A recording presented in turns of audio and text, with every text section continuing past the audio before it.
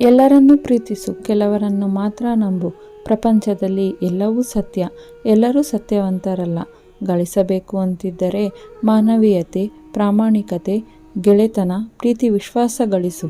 ಹಣ, ಆಸ್ತಿ ಭಿಕ್ಷುಕನು ಗಳಿಸುತ್ತಾನೆ. ಬೇರೆಯವರು ನಿಮ್ಮನ್ನು ತಪ್ಪಾಗಿ ತಿಳಿದುಕೊಳ್ಳುತ್ತಾರೆ ಎಂದು ನೊಂದುಕೊಳ್ಳಬೇಡಿ, ಏಕೆಂದರೆ ಅವರ ತಿಳುವಳಿಕೆ ಎಷ್ಟಿದೆಯೋ ಅಷ್ಟೇ ಅವರು ಅರ್ಥ ಮಾಡಿಕೊಂಡಿರುತ್ತಾರೆ. ಅದರಲ್ಲಿ ನಿಮ್ಮ ತಪ್ಪೇನಿಲ್ಲ.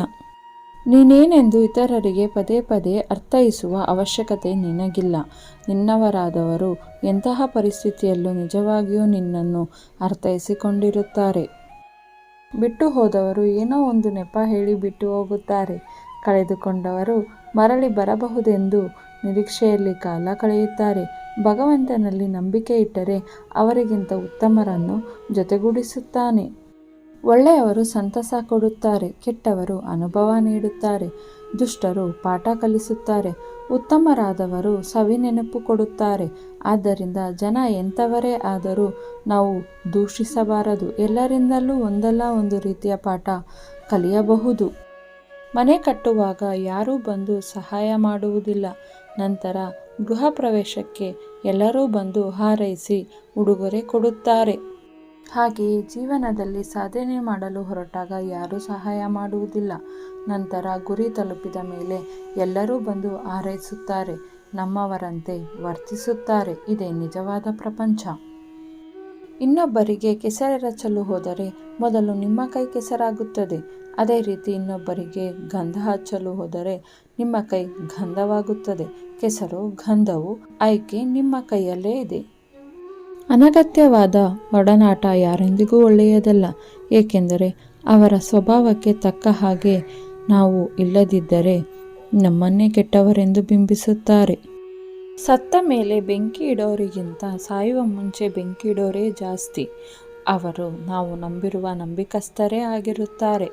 ಪೂರ್ತಿ ವಿಷಯ ತಿಳಿಯದೆ ಯಾರ ಬಗ್ಗೆಯೂ ಕೇವಲವಾಗಿ ಮಾತನಾಡಬೇಡಿ, ಏಕೆಂದರೆ ಅವರ ಪರಿಸ್ಥಿತಿ ಮತ್ತು ಸಂದರ್ಭ ಅವರಿಗೆ ಮಾತ್ರ ತಿಳಿದಿರುತ್ತದೆ. ಮೋಸ ಮಾಡಿ ಗೆದ್ದವರು ಉದ್ಧಾರ ಆಗಿರುವುದು ಚರಿತ್ರೆಯಲ್ಲಿಯೇ ಇಲ್ಲ.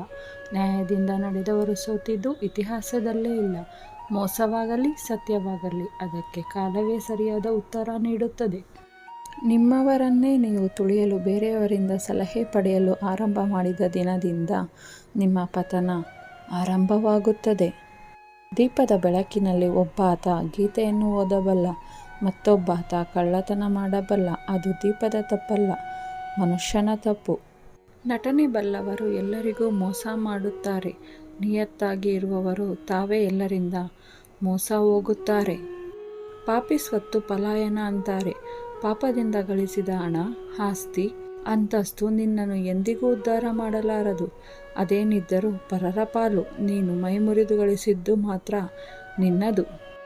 ಪ್ರಪಂಚವನ್ನೇ ಮುಳುಗಿಸಬಲ್ಲೆ ಎಂದು ಸಾಗರ ಮೆರೆಯುತ್ತಿತ್ತು. ಆದರೆ ಒಂದು ಹನಿ ಎಣ್ಣೆ ಸಾಗರದಲ್ಲಿ ತೇಲುವುದನ್ನು ನೋಡಿ ನಾಚಿಕೆಯಿಂದ ಮೌನವಾಯಿತು. ಜೀವನದಲ್ಲಿ ಯಾರನ್ನಾದರೂ ನಂಬಿ, ಆದರೆ ನಂಬುವುದಕ್ಕಿಂತ ಮೊದಲು 100 ಬಾರಿ ಯೋಚಿಸಿ, ಏಕೆಂದರೆ ನಮ್ಮ ಸ್ವಂತ ಹಲ್ಲುಗಳೇ ನಮ್ಮ ನಾಲಿಗೆ ಕಚ್ಚಿಬಿಡುತ್ತವೆ.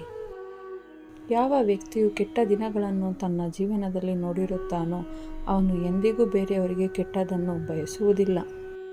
ಗೌರವವು ಒಂದು ಅಧಿಕಾರವಾಗಿರುತ್ತದೆ ಹಾಗೂ ಅವರು ನಿಭಾಯಿಸುವ ಕರ್ಮವೂ ಸಹ ಆಗಿರುತ್ತದೆ. ಆದರೆ ಅವರು ಮಾಡುವ ಕರ್ಮವು ಧರ್ಮದ ಮಾರ್ಗದಲ್ಲಿ ಇದ್ದರೆ ಅವರಿಗೆ ಗೌರವ ಎಂಬ ಅಧಿಕಾರವು ತಾನಾಗಿಯೇ ದೊರೆಯುತ್ತದೆ. ಮನುಷ್ಯನೊಳಗಿರುವ ಸೂಕ್ತ ಶಕ್ತಿಯನ್ನು ಯಾವುದು ವ್ಯಕ್ತಗೊಳಿಸುವಂತೆ ಮಾಡುವುದೋ ಅದೇ ಪುಣ್ಯ. ಮನುಷ್ಯನ ದೇಹ ಮನಸ್ಸುಗಳನ್ನು ಯಾವುದು ದುರ್ಬಲಗೊಳಿಸುವುದೋ ಅದೇ ಪಾಪ. ನೀನು ಕೊಡುವಷ್ಟು ಬೆಳೆಯದಿದ್ದರೂ ಪರವಾಗಿಲ್ಲ, ಆದರೆ ಇರುವುದರಲ್ಲಿ ಹಂಚಿ ತಿನ್ನುವಷ್ಟು ಮನಸ್ಸು ನಿನ್ನಲ್ಲಿದ್ದರೆ ಪರಮಾತ್ಮನು ಸಾಕೆನ್ನುವಷ್ಟು ನೀಡುತ್ತಾನೆ. ಮನುಷ್ಯ ಐಶ್ವರ್ಯವಂತನಾಗಲು ಹೋಗಿ ಆರೋಗ್ಯ ಕಳೆದುಕೊಳ್ಳುತ್ತಾನೆ. ಮತ್ತೆ ಅದೇ ಆರೋಗ್ಯವನ್ನು ಪುನಃ ಪಡೆದುಕೊಳ್ಳಲು ಐಶ್ವರ್ಯವನ್ನು ಕಳೆದುಕೊಳ್ಳುತ್ತಾನೆ. ಈ ಹೋರಾಟದಲ್ಲಿ ಕೊನೆಗೆ ಎರಡನ್ನೂ ಕಳೆದುಕೊಳ್ಳುತ್ತಾನೆ. ಇಷ್ಟೇ ಜೀವನ. ಸಂಪತ್ತು, ವಸ್ತ್ರ, ನೆಂಟರು ಎಲ್ಲವೂ ಯಾವ ಕ್ಷಣದಲ್ಲಿ ಬೇಕಾದರೂ ನಿಮ್ಮನ್ನು ಕೈಬಿಡಬಹುದು. ಆದರೆ ಭಗವಂತನು ಮಾತ್ರ ಯಾವ ರೂಪದಲ್ಲಾದರೂ ಬಂದು ಕೈ ಹಿಡಿದು ರಕ್ಷಿಸುತ್ತಾನೆ.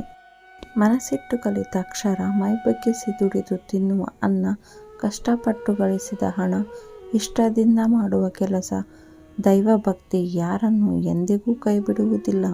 ಈ ವಿಡಿಯೋ ನಿಮ್ಗೆ ಇಷ್ಟ ಆಗಿದ್ರೆ ಪ್ಲೀಸ್ ಲೈಕು, ಶೇರ್ ಮಾಡಿ, ಜೈ ಶ್ರೀ ಕೃಷ್ಣ ಎಂದು ಕಮೆಂಟ್ ಮಾಡಿ. ಧನ್ಯವಾದಗಳು.